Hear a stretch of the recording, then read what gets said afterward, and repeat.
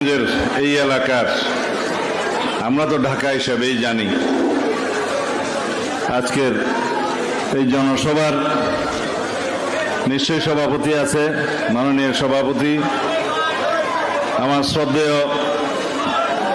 দাদা, বাংলাদেশ জাতীয়তাবাদী দল বিএনপির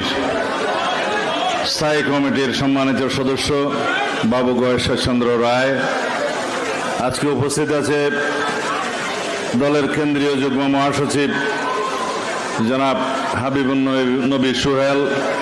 কেন্দ্রীয় নেতা আজিজুল বারী হেলার, আর কে কে আছে সবাই, মঞ্চ উপবিষ্ট নেতৃবৃন্দ,